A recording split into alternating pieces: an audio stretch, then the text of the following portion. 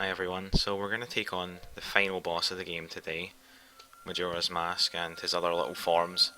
I did say in the previous video that I wasn't going to do this as Fierce Deity, but I actually am going to do the first phase as Fierce Deity, just because of the fact that if you have that mask, then it doesn't let you equip any of the other transformation masks. It's just a little thing about the game. And normally you would kill this guy with Sora Link, or at least you would stun him with Sora Link. That's like the kind of intended strat.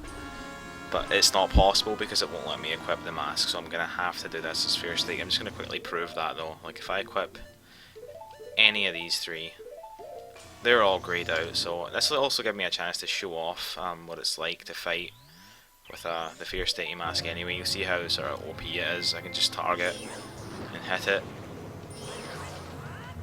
I mean, like this normally would take a few hits to get to this point. The guy is like really strong. These things are a real pain in the butt, so I'm going to get rid of all of them. Because they actually linger around for the entire fight, even after you kill the mask phase of it. So I'm just going to get rid of them all. I know I'm kind of making it a little easier for myself, but they just kind of get in the way, so I don't really care. So that's Majora's Mask dead, but he's still got a bunch of other phases that we need to take care of. So the Fierce Deity mask will be coming off as soon as it lets me. Not going to use that for the rest of the fight because it would just be me standing in one spot and firing the button until they were all dead, which is really lame to watch, so we'll just leave it. So here's like the silliest boss in the entire Zelda universe. Let's get this off first of all. The guy sort of moonwalks all over the place, like this. So what you want to do is just stun him with a light arrow. Actually hit him though. As soon as he stops moving. Oh. Don't know why I fired there, he was clearly still moving. Okay, so... Ah, can't see what I'm doing. Yeah, I'm going to use the Great Fairy Sword for this just because it is so, like, strong. I totally earned it anyway. I don't have to worry about my magic right here because the third phase of this is you don't have to hit him with light arrows, you can hit him with any arrows and he'll never dodge them. For some reason he always just gets hit. But yeah, that was Majora's Incarnation. Much easier than it is without the Great Fairy Sword as you saw, but it would have been even easier if I was using the Fierce Deity mask. So here's the final phase. Just remember that this fight would be a lot worse if like I had those little masks kicking about still. You can actually one cycle this guy if you like just keep him in place with like constant hits like power crouch stabs. I mean they don't really work in the English version of Majora's Mask, but you know what I'm trying to say. I mean he's like almost dead anyway. I think it'll probably be like maybe one more hit. I mean he can grab you with his whips and chuck you all about the room. Earlier on when I was practicing this he actually managed to catch me and throw me onto like the side of the room, which I didn't know was possible, but yeah. Nice and easy boss, that's him dead now. So yeah.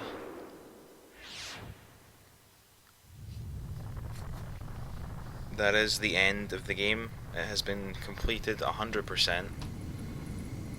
And yeah, I'm very happy with it. I'm just going to let the ending play. Because obviously that only took me 3.5 minutes, so yeah. I'm probably not going to fast forward this cutscene unless I think there's like really boring parts in it. Or if for some reason we're like out of time, but I don't think that's going to happen. The moon actually goes away now, so I guess we really have one. It's kind of a cool ending this. But yeah, that was Majora's Mask. There is going to be another video coming up after this showing off some of the glitches that you can do on the overworld with the Fierce Deity mask. Kinda how to use that everywhere and stuff like that. And one or two things with Epona as well, but obviously this is the end of the game. Dawn of a New Day. I think we've seen that one before. When we went to the 4th day, remember? So that was kinda cool. I'm always ahead of the game. So here's Skull Kid without the mask on anymore. I mentioned this earlier, but in the Japanese version of this game, his face is entirely black, whereas in this one it's like wooden. So yeah, in Ocarina of Time it was entirely black, even in the international releases, so it's a little bit of Majora's Mask lore, in case anyone forgot. I think he looked better with just the blackface, to be honest. I think it looks really uncomfortable that he's made it of wood. Don't know why, it just bothers me slightly. So yeah, he's going on about the Giants or whatever. I mean, I'm not really paying too much attention, he's just having a moment, I guess.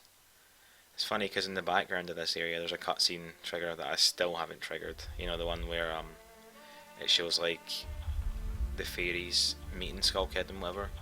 The one that happens when you're trying to go to Woodfall for the first time. I completely skipped that because of the time stop glitch. I mean, that giant's about to activate it. Yeah, he definitely activated it there. He went into that loading zone. So. But yeah, I wonder how much of this I'm actually going to show. I don't think I'm going to really show the credits. I'll probably just cut it after the credits start because they're really long. And there's really nothing too interesting, although I will show what happens after them because there is like a little bonus scene that you get for doing the game 100%. Although, I don't know, I guess I might just let them run, you know. I've skipped like every cutscene in this game. I guess it would be alright to just let this one run in its entirety. So that was a little reference there to Ocarina of Time. So I guess this is the same one that like you play Serious song to and he gives you a heart piece. And the skull mask as well. Kind of funny that he was the one that was wearing a mask in that game, and it's kind of like the whole point of this game.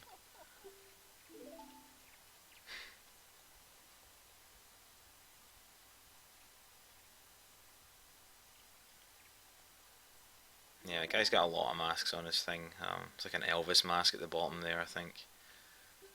And obviously there's a Mario mask on the side that you can see at the back.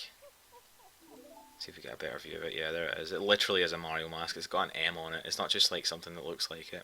So I guess this is like this. Well, I was going to say the second Zelda game that did this, but it's not really. Ocarina of Time had some references too, but Link's Awakening obviously had a bunch of Mario references with like the chain chomps and all that stuff. And this game literally has Mario's face in it, so I think that might be the most blatant one, except for the picture in Ocarina of Time. So yeah.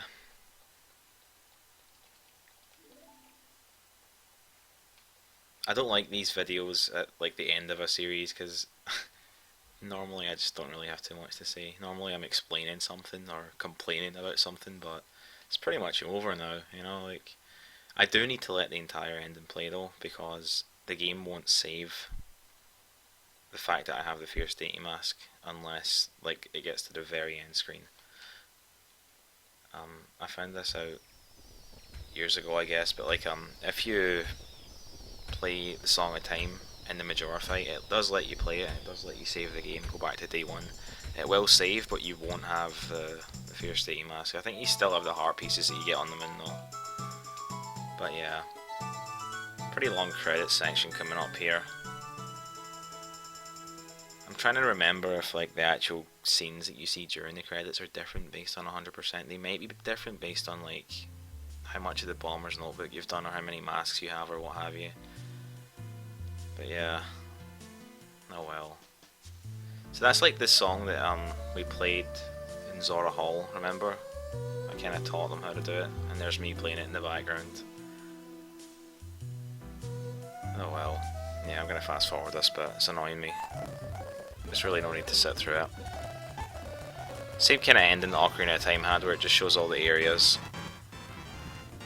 Nothing really too interesting. Obviously we've been to all of these anyway, so... Yep. Yeah, it's much better when you do it at this speed, I like it. I want to just get to the part where we see like the 100% bonus stuff. Which should be coming up in just a second. I'm not even sure if I'd actually have time for this entire thing to be in the video at normal speed. And there's Alphonse Elric in there as well. Alright, this is the extra part. So like Andrew and Keefe are actually going to get married now because I saved the day. So that's kind of cool. This is all my doing. So yeah, I mean, like you think you're going to see what he looks like and stuff. Like that's supposed to be the big reveal because like he's supposed to be an adult now. I guess he is. I hope he is if they're doing this. I mean, I know he was always an adult, but you know what I mean. Tingle was like right in the way. Cheers, Tingle. He's crying and stuff, it looks like it. It looked like he was rubbing his eyes there. But no, you don't actually see what the adult Keffi looks like. It's just always going to be a little mystery. Damn, the field looks really nice when there's no moon in the sky. Oh, here's a sad one. You know how like all the transformation masks have their power taken from like some guy that was killed or what have you? That's like the Deku Butler's son. I think I referenced this in an earlier video when I raced him, but yeah, you can sort of see that that's what's being implied there. Here we are back at the very start of the game. I don't know how he managed to get back there, by the way, because every time you try and go back to that area you can't do it.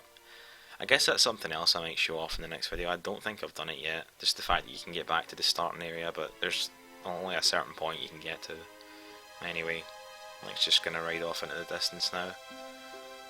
And that's the end of Majora's Mask. But there is one tiny little bonus scene, which is also kind of like a reference to Ocarina of Time, which is kind of cool. It's a picture of Link and the Skull Kid. And the four giants in the background. I never noticed that when I was a kid. I thought they were like trees or something. Oh well, the little fairies too.